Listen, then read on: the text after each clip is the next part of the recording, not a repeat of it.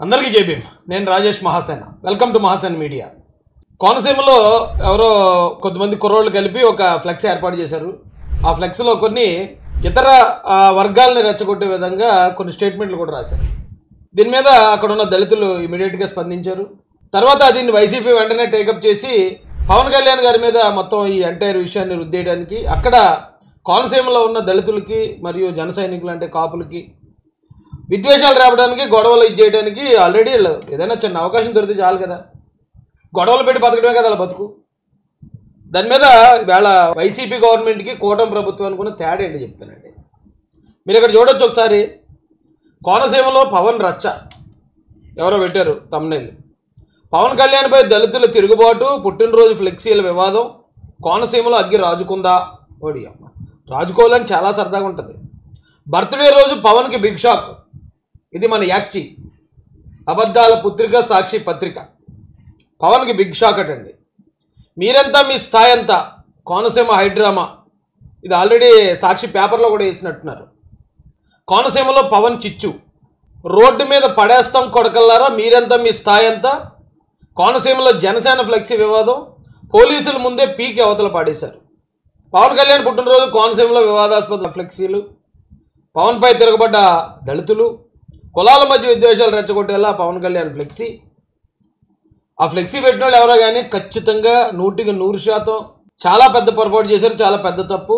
నిజంగా ఇది శిక్షార్హమైన తప్పు కూడా. ఎందుకంటే అది కోనసీమ జిల్లాకి అంబేద్కర్ గారి పేరు పెట్టారు.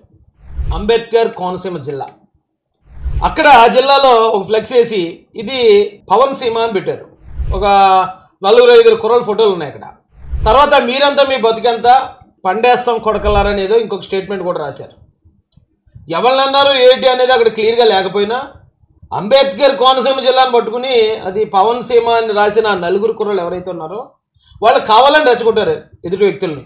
అంటే మేము ఎలా పెడితే అవతలాడు గొడవకు వస్తాడో ఏదో సంథింగ్ వాళ్ళకే ఉన్న ఘర్షణల కారణంగా పెట్టింది. అంతే తప్ప అది జనసేన అఫీషియల్గా పెట్టిన ఫ్లెక్స్ కాదు, జనసేన పార్టీ ఆఫీస్ దగ్గర పెట్టింది కాదు, లేదా అక్కడ జనసేన ఎమ్మెల్యే గారు ఏర్పాటు చేయించింది కాదు. అక్కడ ఉన్నది జనసేన ఎమ్మెల్యే, ముఖ్యంగా ఒక దళిత నాయకుడు ఉన్నాడు అక్కడ, గిడ్డి సత్యనారాయణ గారు. అయినా అలా చేయటం తప్పే కాబట్టి ఇమీడియట్గా అక్కడ ఉన్న దళిత నాయకులు వెళ్ళారు, పీకి పారేశారు అక్కడే. ఇదే వైసీపీలో జరిగితే ఎలా జరిగింది, కూటమి ప్రభుత్వంలో ఎలా జరిగిందని చిన్న తేడా చెప్తాను మీకు. వైసీపీ ప్రభుత్వంలో ఉన్నప్పుడు కొత్తపేటలో చెర్ల జగ్గిరెడ్డి ప్రాంతంలో చెర్ల జగ్గిరెడ్డి బంధువు ఒక రెడ్డి గారు ఒక రెస్టారెంట్ పెట్టాడు.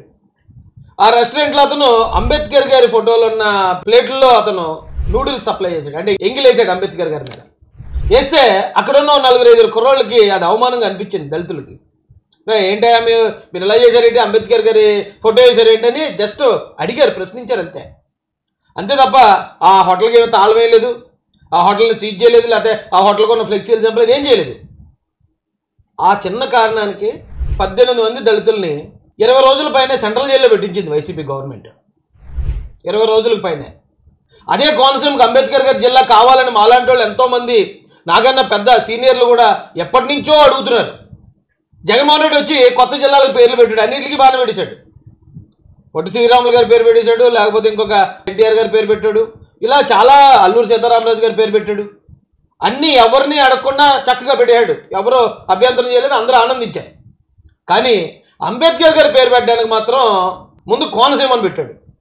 కోనసీమని పెడితే మళ్ళీ దళితులందరూ ఏకమై దాదాపు 10 లక్షల మందితో లాంగ్ మార్చ్ చేసాం అమలాపురంలో.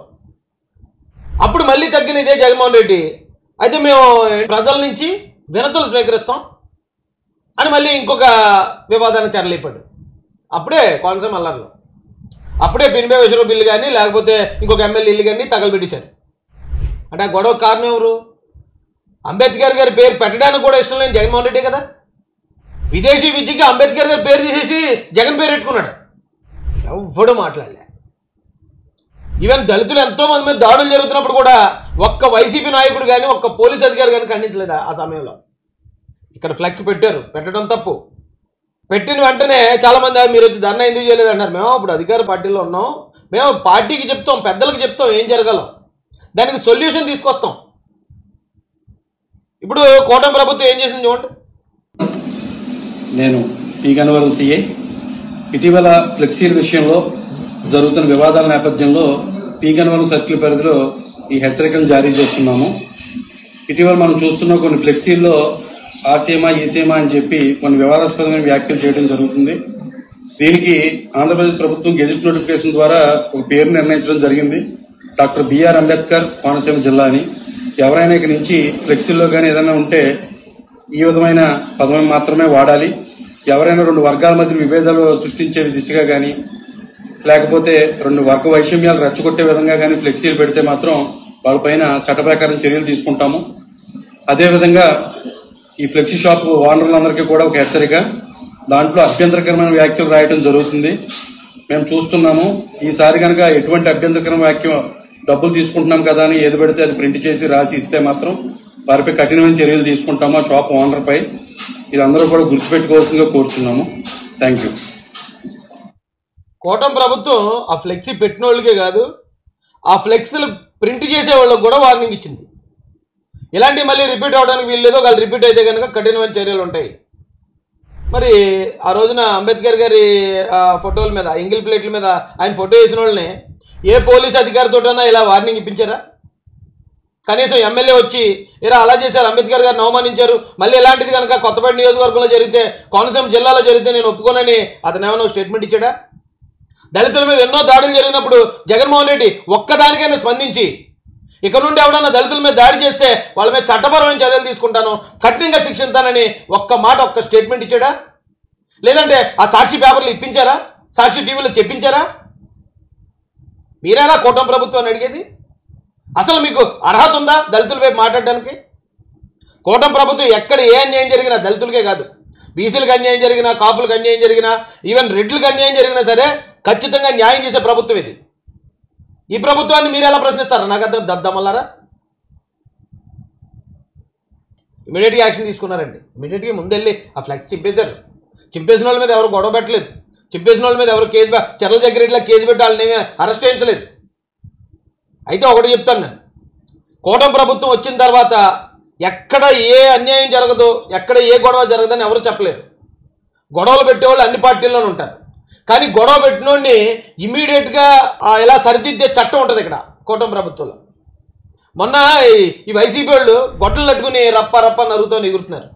జగన్మోహన్ రెడ్డి ప్రెస్ మీట్ పెట్టి, ఒరే మన యూత్ ఎవరు అలా గొడ్డలు పట్టుకుని అలా హింసాత్మకంగా ఉండకండి, అలా ఉండితే ఖచ్చితంగా నేను మీకు పార్టీ పరంగా నేను చర్యలు తీసుకుంటాను, ఎవరైనా సరే అలాంటి విద్వేషాలు రెచ్చగొడితే వాళ్ళ మీద నేను క్రమశిక్షణ చర్యలు తీసుకుంటా అన్నాడా? లేదు. మంచిదే కదా అన్నాడు. వాళ్ళు బాగానే అన్నారు కదా, గొట్టలు ఇచ్చి నరికేస్తా అన్నారు, అది మంచిదే కదా. టీడీపీ వాళ్ళు లేపేస్తానన్నారు, అది ఇంకా మంచిది కదా అని సపోర్ట్ చేసుకొచ్చాడు. టీడీపీని రపా రపా కోసేస్తానని కూడా అంటున్నాడని కూడా సంతోషపడతాను. మన అభిమానస్తుడై నెక్స్ట్ ప్రభుత్వంలో టీడీపీ వాళ్ళను రపా రపా గంగమ్మ జాతరలో పొట్టేలు తల నరికినట రపా రపా నరుకుతాను, మంచిదిగా రపా రపా నరుకుతాను, మంచిదిగా. నేరస్తులకు సపోర్ట్ చేసే నైజం జగన్మోహన్ రెడ్డిది. నేరం చేస్తే మనోడైనా సరే శిక్షించే నైజం చంద్రబాబు నాయుడు గారి, పవన్ కళ్యాణ్ గారిది. ఇది పవన్ కళ్యాణ్ గారికి అంటేస్తున్నారు. సరే, పవన్ కళ్యాణ్ గారికి తెలుసా?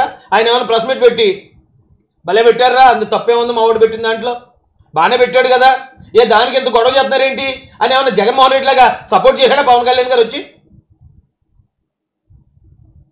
ప్రతి చిన్నదానికి ఎక్కడ ఏ జరిగిన యాక్సిడెంట్ జరిగినా సరే చంద్రబాబు నాయుడు గారు, పవన్ కళ్యాణ్ గారు.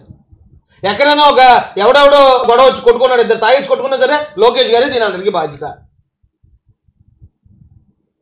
అంత దిగజారిపోయి ఉన్నారండి వైసీపీ వాళ్ళు మాత్రం.